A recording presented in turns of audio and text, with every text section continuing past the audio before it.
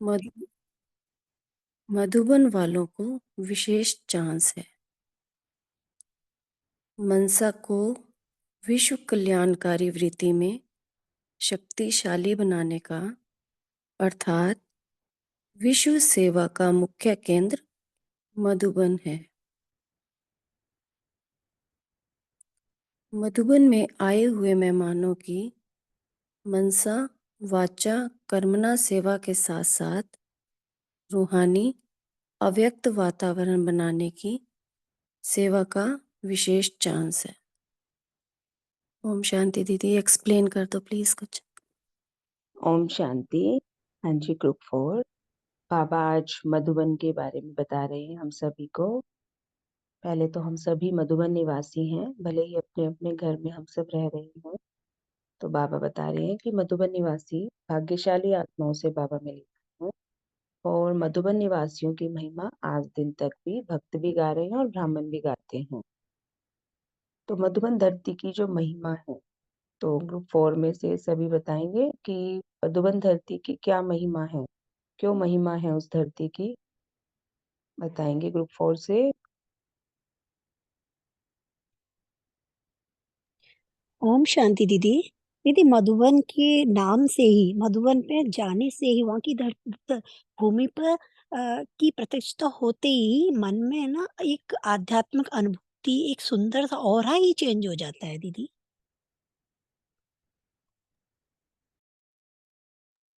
हाँ जी, बहुत सुंदर। और बताइए ग्रुप 4 से। मधुबन धरती की महिमा है तो धरती पर रहने वालों की महिमा भी महान हो जाता है कि वहां पर महान आत्माओं की जो चीज पड़ जाता है। हम किसी जगह पे स्थान पे जाते हैं तो वहाँ जो कि है, क्योंकि भगवान की वो चीजें, वो भूमि है, तो उसका एक अलग प्राथमिक होता है। तो हम लोग मधुबन का अंदर एंटर करते ही ऐसे लग जाता है कि इस दुनिया से छोड़कर कहीं और जगह पहुंच गई। वहां का वातावरण, वहां का एटीट्यूड, वहां लोगों का सेवा करने का भावना एक अलग ऊंची लेवल पे है। इस धरती में हम लोग यहाँ पर जो काम करते, कोई भाव वगैरह वहां जाके ही हम सब भूल जाता है कि एक दूसरे का सेवा करना, बाबा का ध्यान करना, बाबा का साथ रहना। तो मतलब ऐसा लगा कि कोई स्वर्ग में ही पहुंच गया अलग। तो बाबा ने उसका एक ट्रेलर दिखा दिया कि ये मधुबन है, यहाँ से फिर परमधाम में आना है। तो पहले यहाँ देख लो, ये सब कुछ कर लो, इसी का ओरिजिनल क्या होगा, इसका एहसास दिलवाता है। तो वहां का एक अलग लेवल चले जाता है। अपने आप में हम भूल जाते हैं हम कहाँ है, क्या है नहीं। ये है उस धरती की महिमा। मधुबन स्वर्ग है, इस दुनिया का स्वर्ग है मधुबन। ओम शांति। हाँ जी, और बताइए कल्पना बहन। दीदी, मधुबन के बारे में क्या कहें। मधुबन तो परमात्मा की अवतरित भूमि है, और वहां पर जाते ही हमारे सारे वाइब्रेशन चेंज हो जाते हैं, क्योंकि परमात्मा की जो सारी शक्तियां हैं वो हमारे अंदर एक अलग ही चेंजेस लाती हैं, और हम अपने जो बाहरी वातावरण है उन सबको भूल के उनकी सारी शक्तियों का अनुभव करते हैं। ओम शांति। हाँ जी, और बताइए मधुबन की मधुबन भूमि की महिमा क्या है, मधुबन की महिमा क्यों है। तो बहन ने जैसे बताया बहुत सुंदर कि वो भगवान की अवतरण भूमि है। वहां जाकर तो हमें अच्छा लगता है, लेकिन क्यों अच्छा लगता है, क्योंकि स्वयं भगवान उस धरा पर आते हैं। और कितनी ही आत्माओं का श्रेष्ठ भाग्य भगवान वहां आकर बनाते हैं। इस संसार को पतित से पावन परमात्मा आकर उस धरा पर बनाते हैं। सारे विश्व में से भगवान ने आबू की उस भूमि को चुना है, और वर्षों तक तपस्या वहां ब्रह्मा बाबा ने की है। तो जिस तन पर भगवान ने आकर अपने अनमोल वचन सुनाए हैं, तो इसलिए उस स्थान की बहुत महिमा है। तो कहते हैं कि मधुबन की तो अगर धूल भी मस्तक पर लगाने को मिल जाए तो भी अहो सौभाग्य है। अंत में ऐसा समय आएगा जब आत्माएं कहेंगी कि इस धरती की तो हमें धूल में मिल जाए। और हम कितनी श्रेष्ठ भाग्यवान आत्माएं हैं जो कितने कितने दिन तक मधुबन में जाते हैं, वहां जाकर रहते हैं। तो हम आत्माओं को देखकर दुनिया के लोग कहेंगे कि आप कितनी श्रेष्ठ आत्माएं हैं। तब हमें पता लगेगा। आज तो हम फिर भी कभी कभी थोड़ा साधारण ले लेते हैं, लेकिन तब हमें अपनी महत्व का पता चलेगा कि हम कौन हैं, हमें किसने चुना था, हम कितने भाग्यशाली। आगे कौन। शांति। मधुबन वालों को देख सर्व आत्माएं सहज फॉलो करना सीखती हैं। जैसे मधुबन बेहद का है, वैसे ही मधुबन निवासियों को भी बेहद सेवा का चांस है। अपने कर्म की प्रारब्ध के हिसाब से तो हर आत्मा को यथा कर्म तथा फल मिलता ही है, लेकिन जितनी भी आत्माएं आई उनकी सेवा हुई और तृप्त होकर के गई। तो इतनी सब आत्माओं की संतुष्टता का शेयर मधुबन निवासी मेहमान नवाजी करने वालों का बन गया ना। घर बैठे अगर सेवा के शेयर्स जमा हो गए तो विशेषता हुई ना। और मधुबन वालों को प्रत्यक्ष फल मिलने में भी विशेषता है। भविष्य फल तो बन ही रहा है। मधुबन वालों को और भी विशेष लिफ्ट है। बाप दादा की पालना तो मिलती ही है, लेकिन साकार रूप में निमित्त बनी हुई श्रेष्ठ आत्माओं की भी पालना मिलती है। ओम शांति। हाँ जी, तो बाबा ने इसमें ये भी बताया था कि जैसे स्थान का स्थिति पर प्रभाव पड़ता है, मधुबन बाप दादा की चरित्र भूमि है, तो ऐसे स्वस्थिति में श्रेष्ठता लाने का व तीव्र पुरुषार्थी बनाने का स्थान होने के कारण भी मधुबन वालों को विशेष चांस है। हम सभी मधुबन वालों का भाग्य समझते हैं ना कि मधुबन में सेवा का कितना चांस है। वो लोग 2 बजे से सुबह सेवाओं में लगते हैं, चाय आदि बनाने के लिए वहाँ सभी भाई बहन, और रात तक सेवाएं चलती हैं। तो इसमें बताया कि स्थान का स्थिति पर प्रभाव पड़ता है। तो क्या ग्रुप 4 में से कोई बहन बताएंगे कि क्या सच में स्थान का स्थिति पर प्रभाव पड़ता है, और पड़ता है तो क्या पड़ता है, क्यों पड़ता है?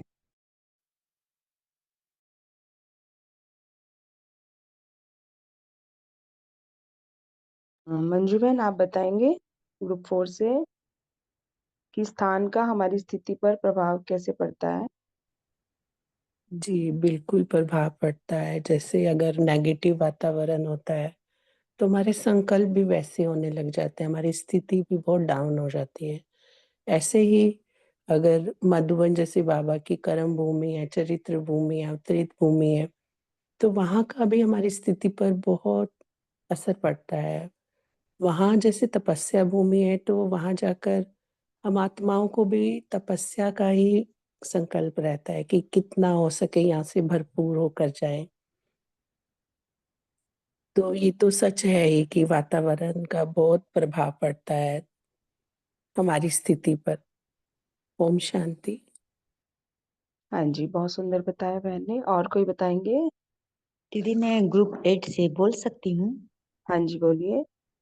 जैसे हम मौज कोई भी इतनी जिस संख्या जब मधुबन पहुंचते हैं, सबका पॉजिटिव पॉजिटिव थिंकिंग चलता है।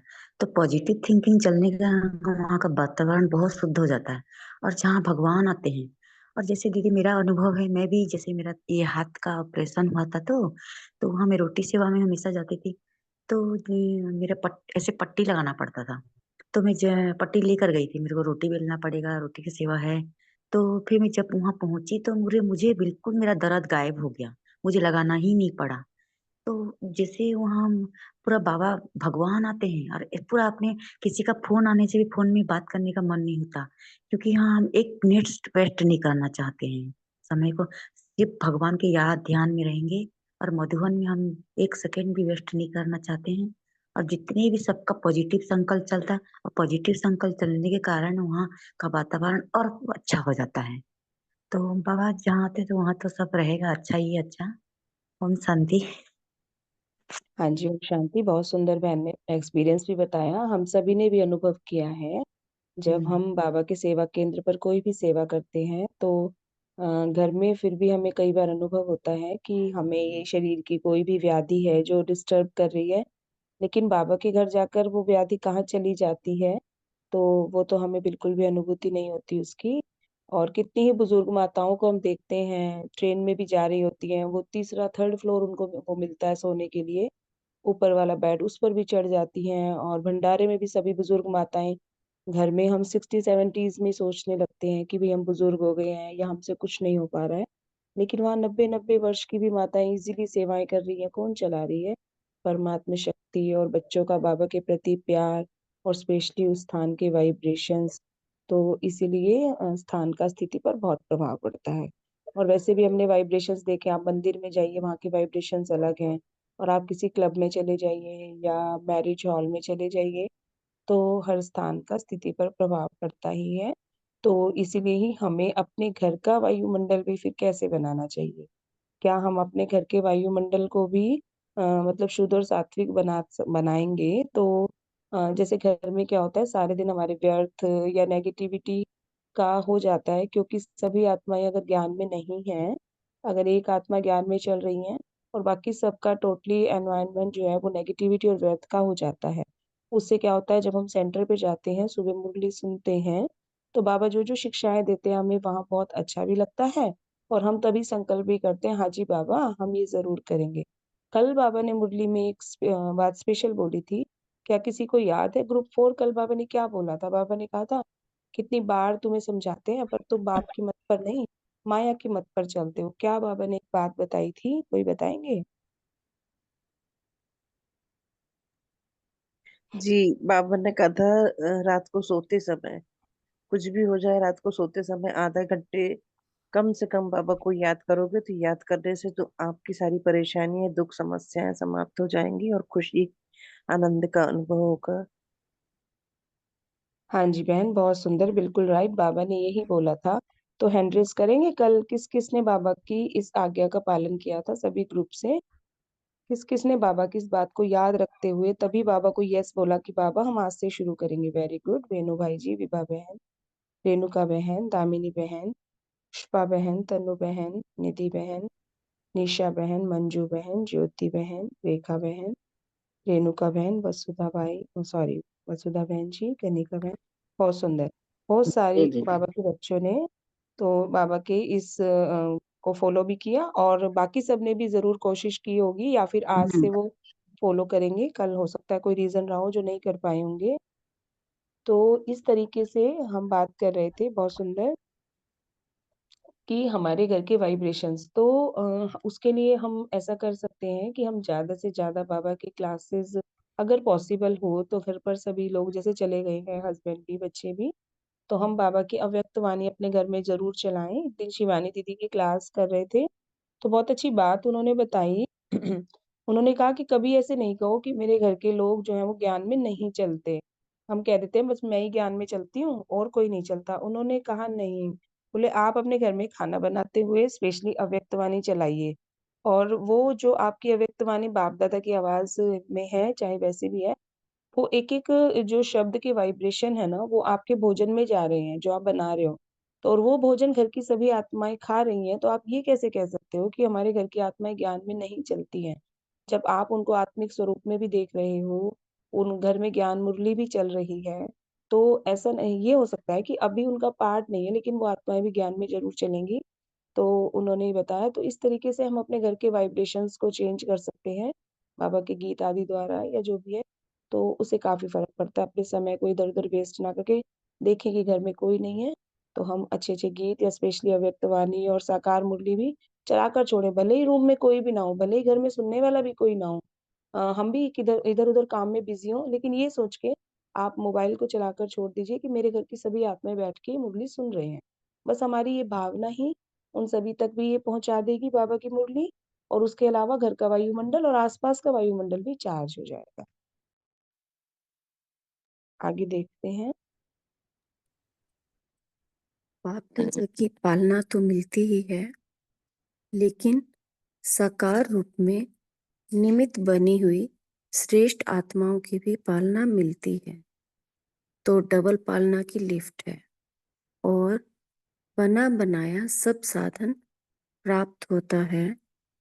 तो ऐसे श्रेष्ठ भाग्यशाली अपना श्रेष्ठ भाग्य जान सेवा के निमित्त बन चलते हो। जैसे कर्मणा सेवा के लिए अथक सेवाधारी का सर्टिफिकेट देकर जाते हैं, ऐसे तीव्र पुरुषार्थी व निरंतर सहज योगी की स्थिति का सर्टिफिकेट देते हो? दोनों सर्टिफिकेट साथ साथ मिलें तब कहेंगे यज्ञ की समाप्ति समीप है। मेहनत सबने अच्छी की।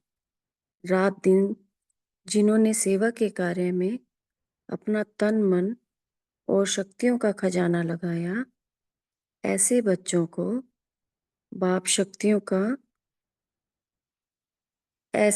को बाप दादा भी मुबारक देते हैं।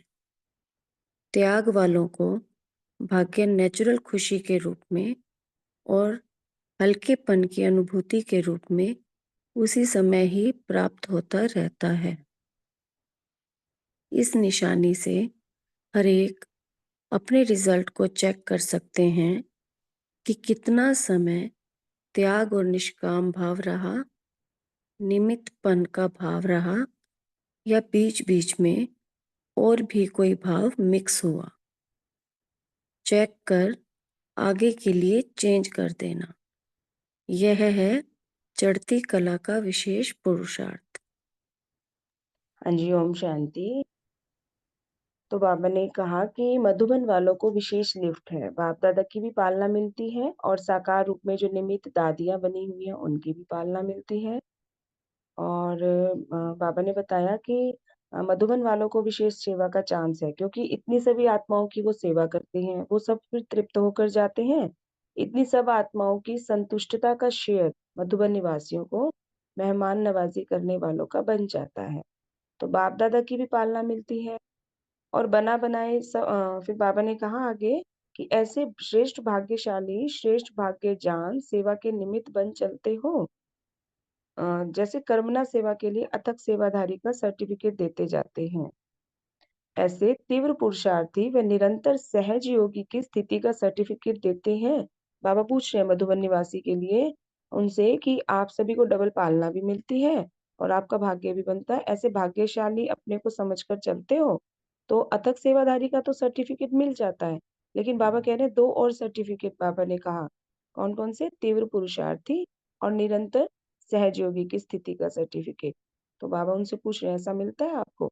दोनों सर्टिफिकेट साथ साथ मिले तब कहेंगे यज्ञ की समाप्ति समीप है। मेहनत सबने अच्छी की है। रात दिन जिन्होंने सेवा के कार्य में अपना तन मन और शक्तियों का खजाना लगाया, ऐसे बच्चों को भी बाबा मुबारक दे रहे हैं। तो त्याग वालों का भाग्य नेचुरल खुशी के रूप में और हल्केपन की अनुभूति के रूप में उसी समय प्राप्त होता रहता है। तो इस निशानी से हर एक अपने रिजल्ट को चेक कर सकते हैं। तो ग्रुप 4 बताएंगे कि क्या आपने कोई ऐसी सेवा या कोई अनुभव जब आपको एक नेचुरल खुशी भी हुई हो और हल्केपन की अनुभूति हुई हो, त्याग द्वारा या बाबा की सेवा द्वारा? तो कोई अपना अनुभव शेयर करेंगे?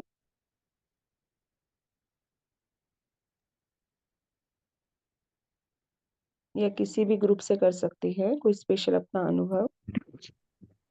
ओम शांति। शांति। मैं बोलना चाहूंगी, कल ही की बात है कि रोज ही मेरे को संकल्प आ रहा था। जब मैं सेंटर जाती थी, मैं पौधों को धोने की सेवा करती हूँ और वहां पर सफाई भी करती हूँ बाहर। तो रोज मेरा रह जाता था संकल्प, जब मैं करती थी और रह जाता था कुछ किसी न किसी काम की वजह से। तो कल जैसे ही मैं गेट तक पहुंची और फिर मुझे याद आया कि अरे मैं तो रोज सोचती हूँ सेवा करने की, और आज भी रह रहा है, नहीं रेनू पहले अपनी सेवा करो। तो मैंने पौधों को धोना शुरू किया और पूरा एरिया जितना भी था वो पूरा अच्छे से साफ किया। तो आप सच मानेंगे, वो सेवा मुझे उस टाइम इतनी खुशी दे रही थी, मुझे लग रहा था कि पता नहीं मैंने क्या पा लिया। क्योंकि जब भी हम निस्वार्थ भाव से कोई भी सेवा करते हैं तो उसका ऑटोमेटिकली हमें जो फल मिलता है वो खुशी ही मिलती है। तो मेरा तो ये बहुत सुंदर अनुभव रहा है कि कल जब मैंने सेवा की बाबा के निमित्त बन के, तो वो सेवा ने ही मेरे दिल को बहुत अंदर प्रसन्नता से भर दिया। ओम शांति। हाँ जी, बहुत सुंदर बहन ने बताया कि सेवा करके हमें खुशी की अनुभूति होती है। तो एक बहन ने रिमाइंडर भी कराया, कई बार हम सभी सेवा केंद्र पर तो सभी जाते ही हैं मुरली क्लास करने, लेकिन सेवा करने के लिए कई बार हम समय नहीं निकाल पाते। बाबा भी कहते हैं कि हमें मतलब दीदी आदि भी बोलती है कि कम से कम 5 मिनट हमें आश्रम पर कोई भी सेवा करनी चाहिए। तो जैसे कल बहन ने भी किया, तो हम सभी को भी कोशिश करके हफ्ते में या 15 दिन में या कैसे भी हमें 5-10 मिनट का समय निकाल कर डेली करें तो बहुत ही अच्छा है नियम से। नहीं तो एक अपने लिए कोई भी सेवा हम चुनकर और आश्रम पर कर सकते हैं, तो बहुत भाग्य है जो वो तन की सेवा के मार्क्स भी हमारे उसमें फिर जुड़ सकते हैं। हाँ जी, वेणु भाई जी भी कुछ कहना चाह रहे थे शायद? हाँ नहीं, ओम मैं भी शांति यही दीदी, कह मेरे रहा को था कि लगता है सेंटर में कभी सेवा वगैरह के इसमें है कि जैसे अपने आप में एक जो कि रूटीन बनाते कि सारे कुर्सियां निकाल के रखो, सारे कुर्सियां उठा के वापस रखो, अपने आप खत्म उरली हो जाते तो सबको उठा के वैसे कर देते हैं। किसी खाने का टेबल लगाना फटाफट ले जाके रखता है, ये अपने आप में आ जाता है। बाबा का सेवा का उसमें पहले ये था कि मैं कर रहा हूँ वो कर रहा हूँ ऐसे था, अब तो वो भाव ही नहीं रहा। कोई भी काम हो तो आगे बढ़ के करना है, कोई कुछ भी बोल दे उस काम को फटाफट करना है, मन में एक बार भी चिंता नहीं है कि हम क्या करना है नहीं करना, बस बाबा का आज्ञा है, बाबा का काम हो रहा है, बस यही है। तो बहुत अच्छा भाव हो जाता है पहले से और अभी में बहुत फर्क आ गया। अब काम हम बाबा के लिए और बाबा का आज्ञा से कर रहे हैं, पहले अपने लिए कर रहा था, ये था। ओम शांति। ओम ओम शांति। शांति भाई दीदी। जी को तो मैं भाई जी का तो हम सभी जानते हैं। भाई जी ने तो बहुत ही फास्ट परिवर्तन किया और बहुत बताते थे कि उन्हें क्रोध बहुत आ जाता था या बहुत सारे चेंजेस उन्होंने अपने अंदर फील किए हैं और बहुत अच्छी जॉब करते हुए भी बाबा कैसे सभी का अहंकार खत्म करके निरंकारी भी बना देते हैं। तो भाई जी को तो बहुत बहुत बधाई हो, मुबारक हो, बहुत आगे भी बढ़ रहे हैं और बहुत अच्छे चेंजेस भी अपने अंदर ला रहे हैं। हाँ जी, ओम भगवत। शांति दीदी। नहीं, मेरा अभी जैसे हमारा ऊपर का हॉल बन रहा था तो ईंटा उठाना था और मेरा कमर का नस दब गया था, लेकिन मुझे पता नहीं था। लेकिन मेरा तबीयत हमेशा, लेकिन मैं बाबा का घर में बहुत बड़ा हॉल है। दीदी झाड़ू करने के लिए बोलती, झाड़ू करती थी, सेवा करती थी। और मेरा कमर, मुझे दर्द है, मेरे को पता है, लेकिन मैं क्या सोचती थी, मैं तो बाबा के घर में कर रही हूँ, मेरा कमर दर्द ठीक हो जाएगा, मेरा कमर दर्द ठीक हो जाएगा। और मैं हमेशा, कभी मैं दीदी को नहीं बताती थी कि मैं झाड़ू करते समय मुझे दर्द करता है, क्योंकि मैं घर में भी नहीं करती हूँ।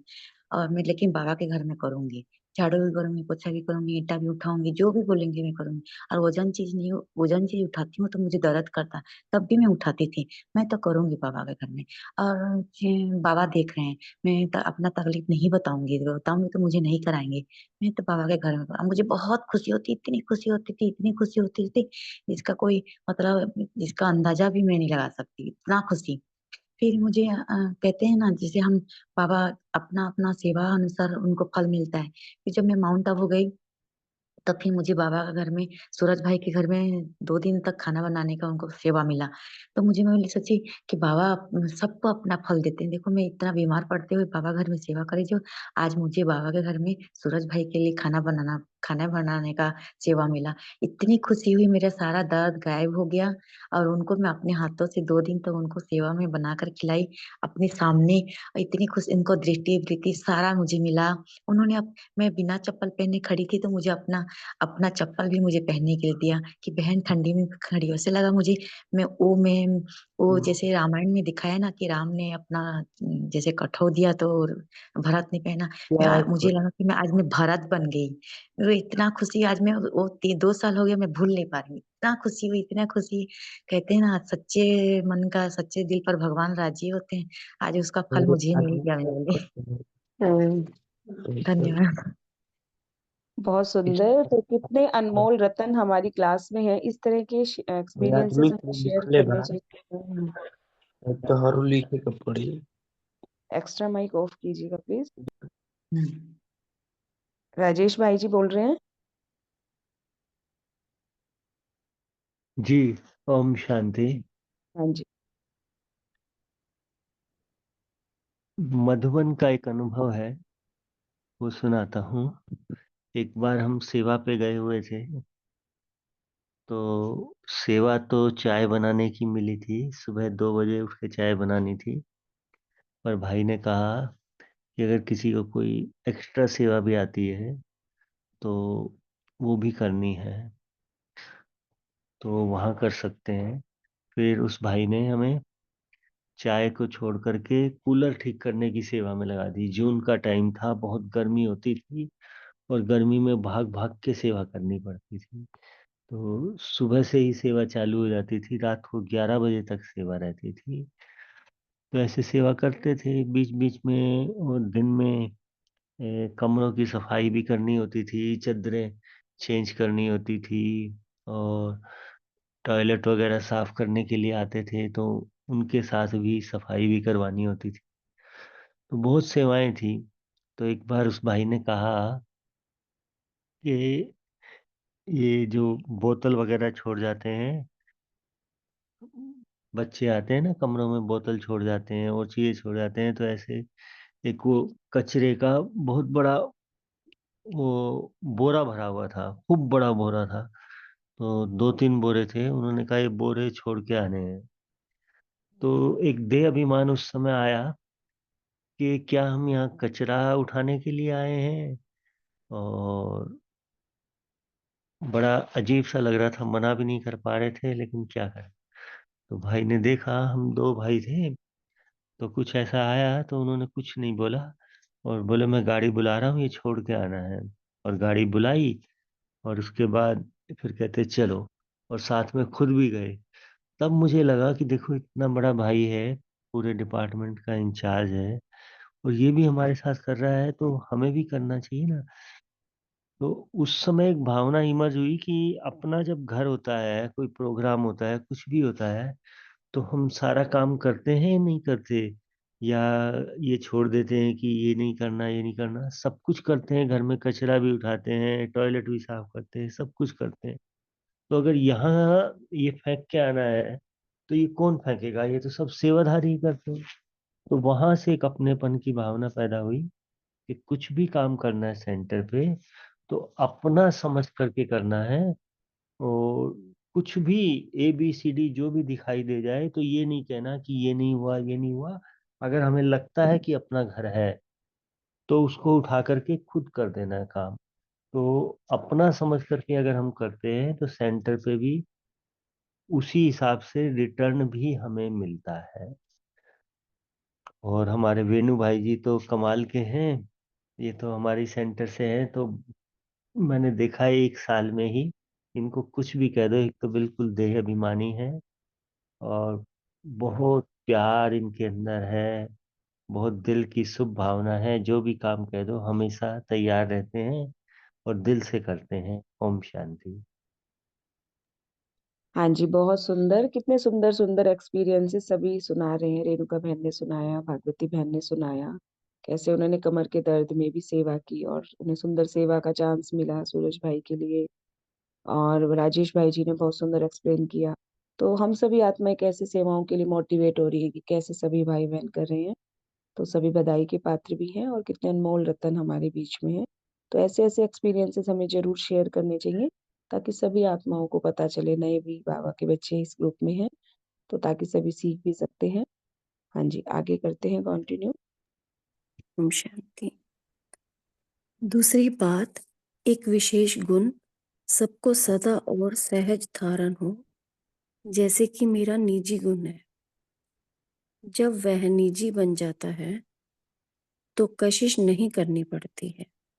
नेचुरल जीवन कोशिश नहीं करनी पड़ती है। नेचुरल जीवन ही वह बन जाता है। वह विशेष गुण है, एक दूसरे की कमजोरी न धारण करो, न वर्णन करो। वर्णन होने से वह वातावरण फैलता है।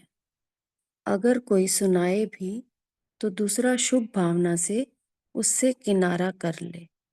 यह नहीं कि इसने सुनाया, मैंने नहीं किया, मैंने नहीं कहा, लेकिन सुना तो सही ना।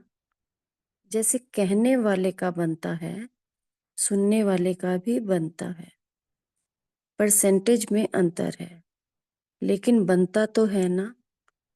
व्यर्थ चिंतन या कमजोरी की बातें नहीं चलनी चाहिए। बीती हुई बात को भी रहमदिल बन समा दो। समाकर शुभ भावना से उस आत्मा के प्रति मनसा सेवा करते रहो। जब 5 तत्वों के प्रति भी आपकी शुभ भावना है, ये तो फिर भी सहयोगी ब्राह्मण आत्माएं हैं।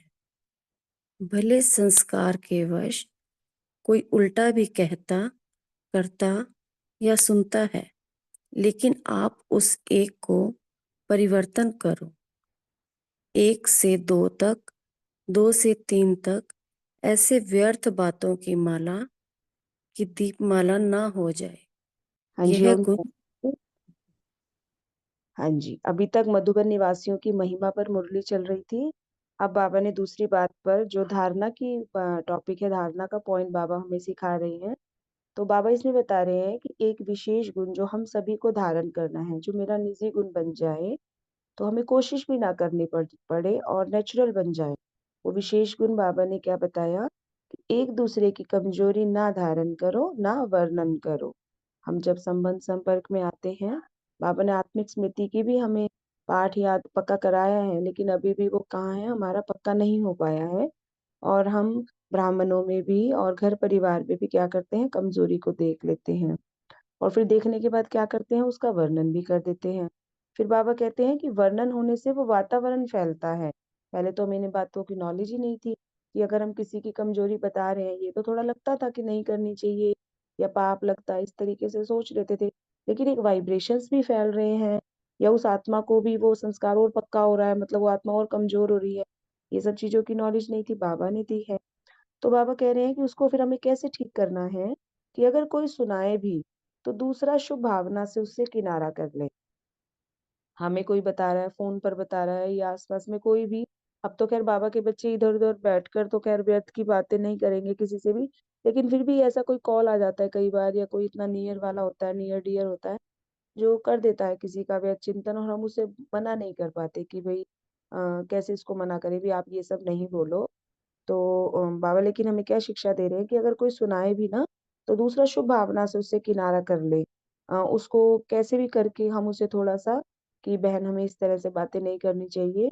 तो आप भी बताइएगा ग्रुप 4। मुझे भी याद आया तो छोटा सा मैं बता देती हूँ कि एक बार ऐसे ही बहुत डियर थी हमारे घर की ही बहन, तो वो ऐसे ही ग्लानि करे जा रही थी। तो फिर अब मुझे ये लग रहा था कि बाबा तो हमें मना करते हैं, अब वो बोल रही हैं और बेवजह मेरे मन में भी चलेगा और मुझे भी पाप लगेगा। तो वो अपने पेरेंट्स के लिए बोल रही थी, तो उनके पेरेंट्स मेरे भी डियर और उनके भी डियर, तो मतलब मुझे लगा कि ऐसे क्यों बोल रहे हैं। तब मैंने उनको कहा कि भाई छोड़ो, आप ऐसी बातें नहीं सोचो, आपको पाप लगेगा। फिर भी वो माता पिता हैं, हमारी पालना करते हैं, तो हमें ऐसे उनके बारे में नहीं सोचना चाहिए। हम क्यों बेवजह अपनी पापों की गठरी बांधे, हर एक का संस्कार है, हर एक के वो है, तो हमें नहीं कहना चाहिए उनके बारे में। तो उस बहन को फिर रियलाइज तो हुआ ना, माना उसने सोचा कि हाँ वैसे, तो मानो उन्होंने अपने टॉपिक फिर चेंज कर दिया। तो ग्रुप 4 में से कोई बताएंगे, शेयर करेंगे कि क्या आपने कभी ऐसे, कोई आपके साथ आके अनर्गल बातें कर रहा है, व्यर्थ बातें, तो आपने कैसे परिवर्तन किया, कोई बताएगा?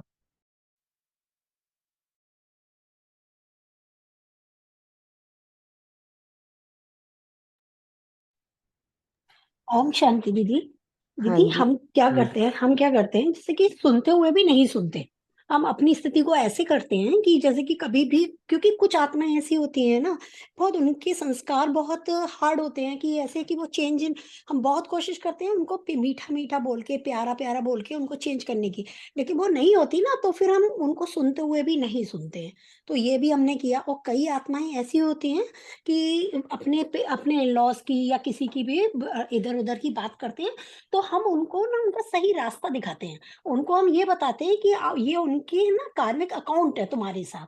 तुमको यदि ये तुमको मतलब प्यार से यदि तुमको सहन तो करनी ही है ये सब चीज़ें, क्योंकि जो तुमने जो कर्मा किए हैं वो तो उनके साथ हैं, तो वो आपके साथ आए हैं, तो उनको हम यही समझा देते हैं कि आप ना इस तरह करो कि वो ये मतलब वो आपसे कुछ भी कहें, आप उनके लिए पॉजिटिव वाइब्स दो। उनसे ये हमेशा ये सोचते रहो, बोलते रहो मन ही मन में कि आप बहुत अच्छी आत्मा हो, आप हम सबसे बहुत प्यारी आत्मा हो, आप परमात्मा की अवतरित आत्मा हो। तो इस तरह करोगे तो उससे चेंजेज़ आएगा। तो ऐसे कई आत्माओं ने हमें बताया कि इससे ना हमारे परिवार में काफ़ी चेंजेज़ आए हैं और वो आत्मा चेंज हो गई है दीदी। ओम शांति। बहुत सुंदर सेवा की बहन ने। हाँ जी, वेणु भाई। हाँ जी, मैं भी एक चीज़ बताना चाह रहा था कि इसके ऊपर कि 1 साल पहले जो साली है मेरी, तो उनसे कोई बातचीत वगैरह वहाँ गया था, किसी बात में हुआ था, तो काफ़ी नाराज़ हो गई, इस तरीके का बात हुआ। उसके बाद तो उन्होंने 1 साल से मेरे से बात नहीं की। ना कोई भी बात हो, कुछ भी होता है, वहाँ जाता हूँ, कुछ हो तो वो नहीं बात करते, मैं करा। लेकिन मैं बाबा का ज्ञान में आने के बाद सुबेरे 3 बजे ये अमृतकाल में वगैरह रह के उसको हमेशा शुभकामना भेजता हूँ कि वो ठीक रहे हुए है, मेरी तरफ से शुभकामनाएँ वो करते हुए हमेशा मैं उसके लिए अच्छाई करके हुए बोलता रहता हूँ। अभी 2-3 दिन पहले उसका खुद ही फ़ोन आया, कहता है, "जी आप कैसे हो? क्या है? क्या हाल-चाल है? कैसे?" करके बोलने लगा और अब अच्छी तरीके से फ़ोन आते, 2 दिन से बातें करते, वो करते हैं, बड़ी चेंजेस आई। फिर बोलने लगा कि मैं अपने आप में ही पता नहीं क्या था मुझे वैसे, मेरे को ऐसे करना नहीं चाहिए। आप हमेशा आके मेरे से बोलने के बाद करता था, लेकिन नहीं बोलते थे, मैं सबको आपकी बुराइयाँ करता था, ऐसे-ऐसे किया, लेकिन मुझे रियलाइज़ हुआ। तो ये बाबा की वही है कि हम किसी के बारे में भी बुरा ना सोचें और उनकी अच्छाई भेजता रहो तो वो रिटर्न आएगा। देर ना सही लेकिन आएगा वो चीज़। पहले हम जो प्रैक्टिकल में उसको ठीक करने के लिए और बुरा बन जाता था, लेकिन अब ऐसा नहीं, शुभकामना दे दो, कोई भी कुछ भी बुरा करे, उनको शुभ बोलते जाओ, सब करते जाओ, वो वापस आएगा ही। ये मेरा प्रैक्टिकल हुआ है। ओम शांति। हाँ जी, बहुत सुंदर। 1 साल से जो रिश्ता खराब हुआ था, भाई जी ने कैसे शुभकामनाओं द्वारा, सकाश द्वारा उसको सुंदर बना लिया और उस आत्मा ने खुद से भी रियलाइज़ किया। तो कैसे बाबा ने कितनी सुंदर-सुंदर युक्तियाँ हमें कितने सुंदर-सुंदर तरीके बाबा ने सिखाए हैं और हमारे जीवन को सुखद बाबा बना रहे हैं। हाँ जी, अल्पना बहन भी कुछ ओम बोलना चाह रही शांति हैं? दीदी। जी दीदी। ओम शांति। जैसे बाबा कहती है ना कि सबके प्रति शुभ भावना रखो, तो शुभ भावना रखने से सामने वाली आत्मा में भी ना बहुत ज्यादा परिवर्तन आता है। फिर वो बताते ही ना कुछ मतलब अलग हो जाती है। तो कोई न किसी ने कुछ बताया या अपन को किसी को बदलना है, तो उसके प्रति बहुत शुभ भावना रखो, तो सामने वाली आत्मा में अपने आप परिवर्तन आता है। और जैसे किसी ने कुछ बताया, कई बार सुनते हुए भी नहीं सुनते, तो कई लोग बोलते हैं ना कि तो सुनती है और भूल जाती है तुरंत ही। मतलब बहुत चिढ़ाते हैं मुझको कई लोग, कि सुनती है लेकिन तुरंत भूल जाती है, इसको कुछ भी बताने का काम नहीं है। तो फिर मैं भी यही सोच रही थी कि अपन को तो बन में आना है, सामने वाली आत्मा को तो आना नहीं है। तो इसलिए उसकी बात को सुना भी, लेकिन सुन के भी अनसुना जैसा कर दिया। फिर कभी-कभी दादी की भी बात याद आ जाती है, जैसे गुलजार दादी जी को कोई कुछ बताता था, तो वो सुनती सबकी रहती थी, लेकिन सामने वाले को फिर कभी किसी को कुछ नहीं कहती थी। मतलब जैसे वो सुनती ही नहीं थी, बाबा को दे देती थी। ऐसे ही मैं भी क्या करती हूँ कि उसको अच्छी गुड विशेस दे देती हूँ, तो सामने वाली आत्मा अपने आप फिर कुछ नहीं बताने की कोशिश करती। अच्छा। हाँ जी, ओम शांति। तो बाबा ने ये बताया कि हमें उनसे किनारा कर लेना है, लेकिन बाबा ने कहा कहते हैं कि उन्होंने ही सुनाया, मैंने तो नहीं कहा। तो बाबा कहते हैं कि लेकिन उसका सुना तो सही ना आपने, जैसे कहने वाले का बनता है, तो सुनने वाले का भी बनता है। परसेंटेज में अंतर है लेकिन बनता है। तो व्यर्थ चिंतन व कमजोरी की बातें हमारे घर में नहीं चलनी चाहिए या कहीं भी क्यों नहीं चलनी चाहिए? क्योंकि उससे एक वाइब्रेशन बन जाता है घर का।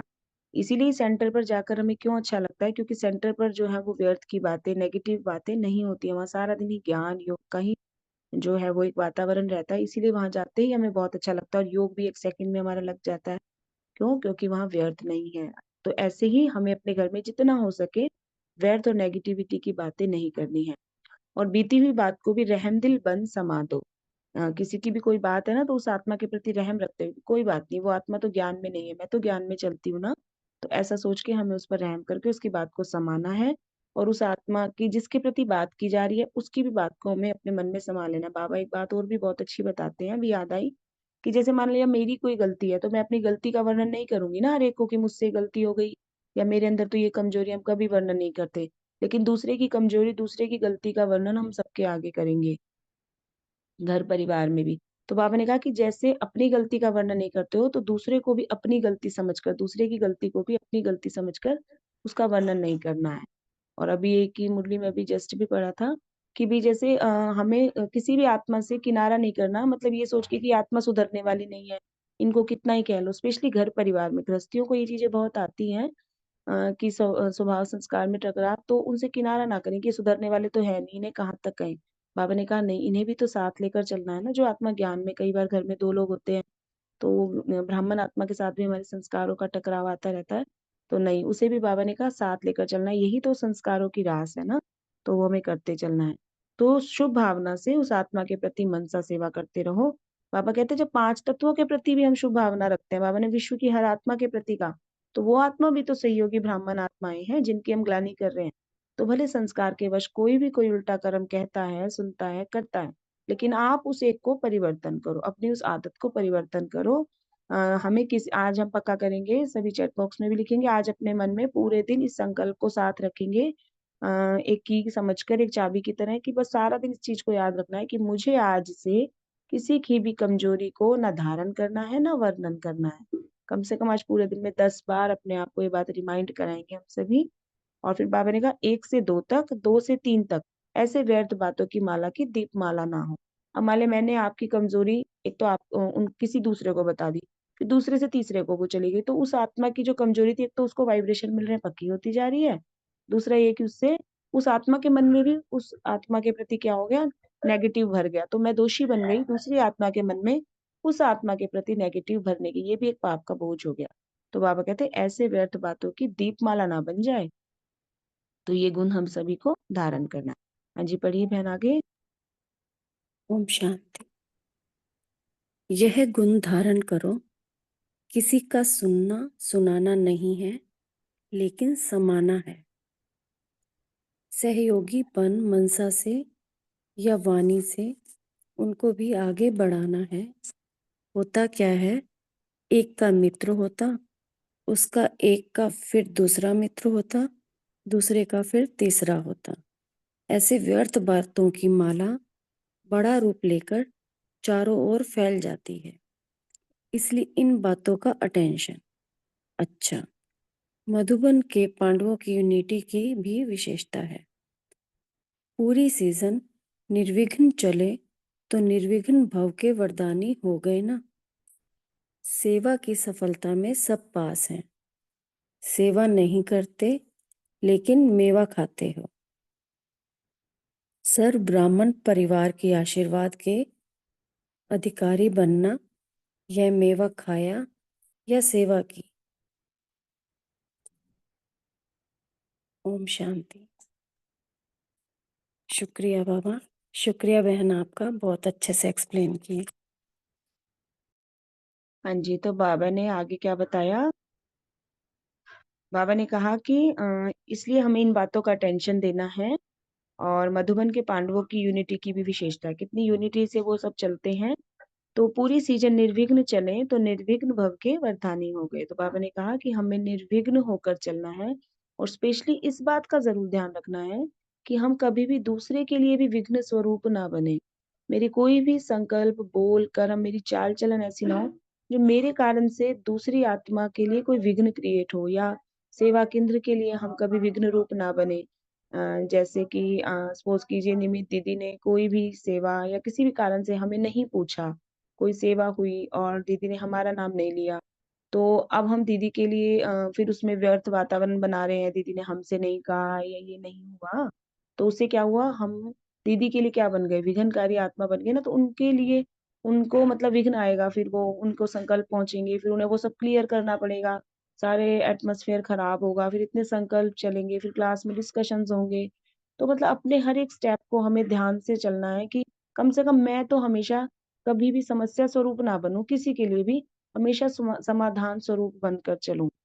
तो पर्सनली अगर मुझे आत्मा की भी बात करें या किसी की भी, हम आगे ग्रुप 4 से भी पूछेंगे, कि कोशिश ये रहती है कि कभी भी हम आश्रम में जैसे कितनी भी आत्माओं के संपर्क में आते हैं, तो हमारी तरफ से कभी किसी को कोई कंप्लेन ना हो कि ये बहन ऐसे करती है, या स्पेशली निमित दीदी को हमेशा जैसे वो कहती हैं, या कुछ कई बार कभी कभी लगा भी कि ये चीज ऐसे नहीं थी, इन्होंने हमें गलत समझ लिया 1-2 बार, लेकिन बहुत ही कोशिश ये रही कि सॉरी बोलकर या जैसे भी है आगे बढ़ते चलें, ज्यादा इशू ना बनाए किसी भी बात का।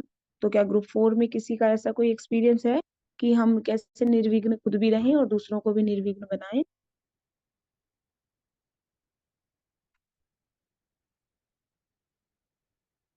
या विभा दीदी आप बताएंगे कुछ?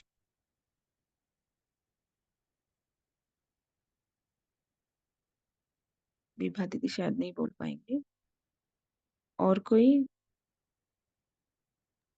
ओम ग्रुप शांति 4। दीदी। दीदी, हाँ जी। ये सोच सकते हैं हम कि बात कोई बड़ी नहीं होती, हम उसको सोच सोच के बहुत बड़ा कर देते हैं। तो इसलिए हमको बातों को ना पकड़ना नहीं है हमको। वही बाबा ने अभी तक हमसे यही तो कहा कि बिंदी, हर बात को बिंदी लगाओ। तो हम अपने यहाँ हम लोग भी परिवार के बीच में रहने के बाद हम भी यही करते हैं कि जैसे भी पॉसिबल होता है बात को, जैसे कि ना थिंकिंग हमको ज़्यादा सोचना नहीं है, जितना हम ज़्यादा सोचते हैं ना प्रॉब्लम्स आती है। जैसे कि दादी गुलजार दादी ने बताया था, जब भी उनसे इंटरव्यू होता था तो उनसे पूछा जाता था कि आप मतलब कोई विचार आपके मन में आते क्यों नहीं, तो बोलती थी मैं सोचती बहुत कम हूँ। तो वो चीज़ हमने अपने अंदर धारण की है कि सोचना नहीं है हमको, क्योंकि सोचेंगे नहीं तो व्यर्थ आएगा ही नहीं हमारे अंदर। पॉजिटिविटी रहेगी तो हमारा परिवार ऑटोमेटिकली एकदम मधुबन समान बनने लगेगा। तो हमारा ये ध्यान रहता है दीदी, ऑल टाइम दीदी, कहीं भी जाते हैं या घर में भी। ओम शांति। हाँ जी, ओम शांति। अ, तो बाप दादा को सभी याद प्यार और नमस्ते देते हैं कि ऐसे प्राण प्यारे बाबा को हमें इतनी सुंदर सुंदर शिक्षाएं देने के लिए उनका कोटि कोटि धन्यवाद भी है, याद प्यार भी, नमस्ते भी। शुक्रिया बाबा। अभी ग्रुप 4 से सभी एक पॉइंट रिवाइज कराएंगे। मंजू बहन,